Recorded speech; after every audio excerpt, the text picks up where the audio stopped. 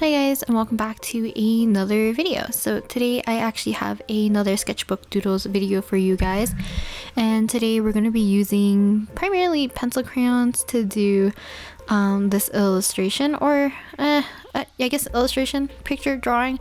So first I started off with the Pilot Color Eno mechanical pencil in the colored pink. I have my reference on my phone, and yeah, this is how I like to start any pencil crayon illustration.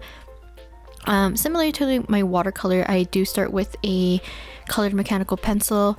It just helps blend in with the colors, but a different approach compared to my watercolors. I will not line or do I guess a clean sketch with a normal mechanical pencil, as pencil crayons tend to smudge a lot more with pencil, I find, rather than if I did watercolors, where watercolors is if I do a light enough layer and there's no loose graphite, most likely the water will seal in the graphite within the first pass, and then I don't really have to worry about the graphite really smudging. But for pencil crayons, it does smudge, and if I use pink or red, usually it doesn't bother the overall color scheme of the illustration, just because like if I use pink, and I tend to be more sketchy when I'm planning out the face, I believe, like there's a lot of lines like to find the center of the face, or like to align the eyes, and usually the colors that I choose for the skin color are warm enough that they cover up the pink and the red sketch. So today I'm using Prismacolor Premiers, which are my most used pencil crayons, and pretty much my only artist grade pencil crayons, I guess. I do have Prismacolor Scholars, and I have my old Crayola pencil crayons, as well as Rose Art, which I used to use like way back in elementary. And I think those are the brands of pencil crayons that I've ever had. Besides, I think if you're Canadian, you might know Laurentian, I think it's called. That was like my favorite brand as a child, Laurentian. Hopefully I'm saying that right. I'm not too sure, nor have I used it in so many years, so who knows. But I wanted to draw Miku today. I guess there's two reasons. One, there's been a lot of redraws for Miku, but I'm not participating in the redraw per se. I am technically basing it off of the first reference you probably saw at the beginning of the video. I just did a chibi version of that same pose and of Miku like that.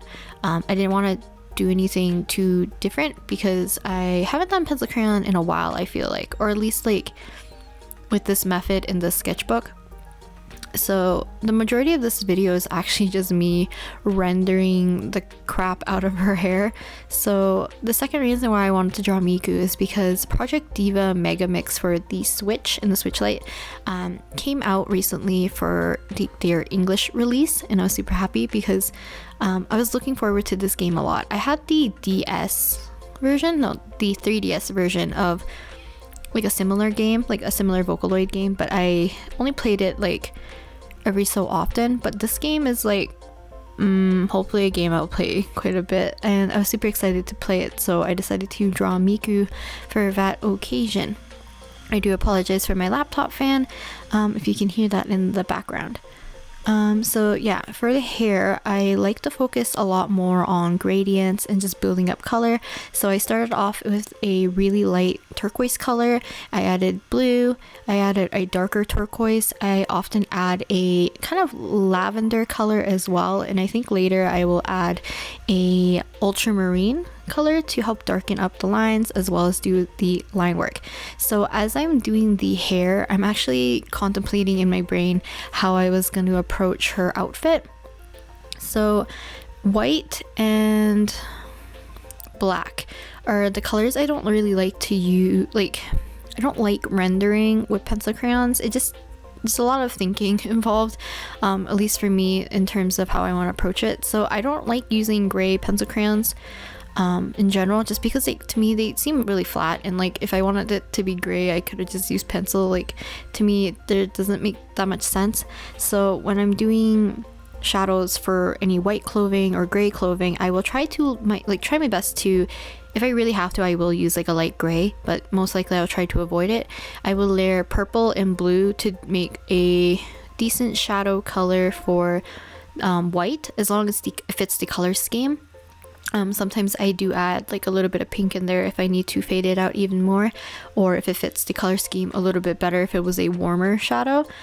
And then for black, I think we'll talk about when we get there. So back to rendering the eyes and then the hair. At this point, I treat it similarly to how I do watercolors. So when I'm about 80% done coloring a specific section, I will do the line art so I can establish how dark I can allow myself to push the shadows or like the values, and it shows me like it pretty much like establishes like the range I have, because white of the paper will be the lightest that I can possibly get. When I'm working in the sketchbook, like white is just like pure white of the page. If I leave it untouched, that's just pure white, and that will be the brightest color or like the brightest value. And then the darkest value is kind of determined on whatever I choose, and I like my darker values to help determine what's being pushed back, if I want it to be pushed back and not like in an atmospheric way where it's like very light in the background and very like how to explain it, cloudy-ish or like very fuzzy to make it more atmospheric. But right here I'm just focusing on if I want something pushed back more, I will darken it, except for like that one section of her hair where it's like near her earpiece and her mic.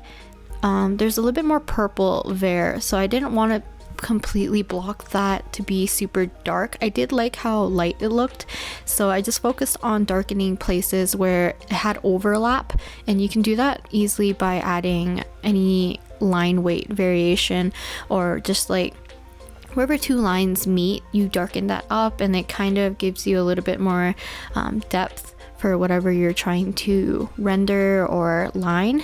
So there's definitely some parts where I'm focusing more on darkening just by using values to push like certain strands of hair back, or like certain like sections of hair back, and I think that really makes her hair look really glossy, which I really like when doing pencil crayons at least.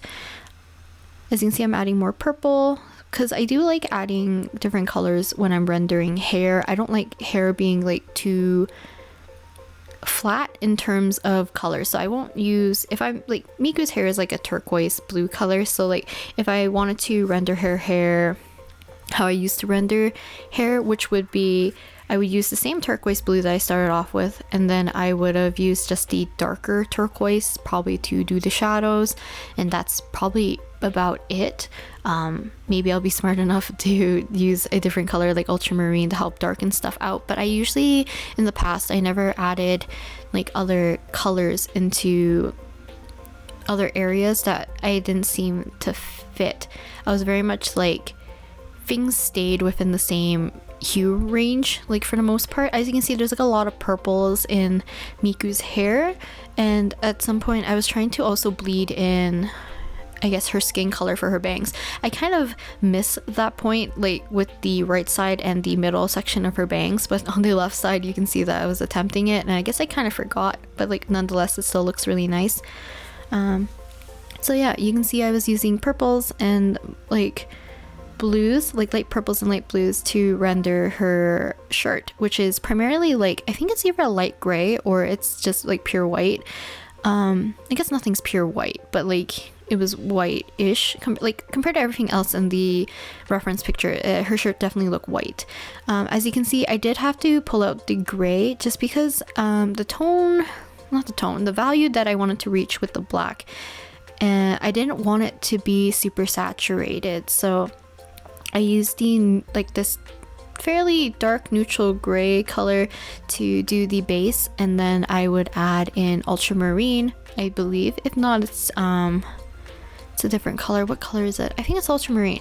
I use ultramarine the most, I think, even when using pencil crayons. It helps darken. I can even use it to help darken like the line art for the skin.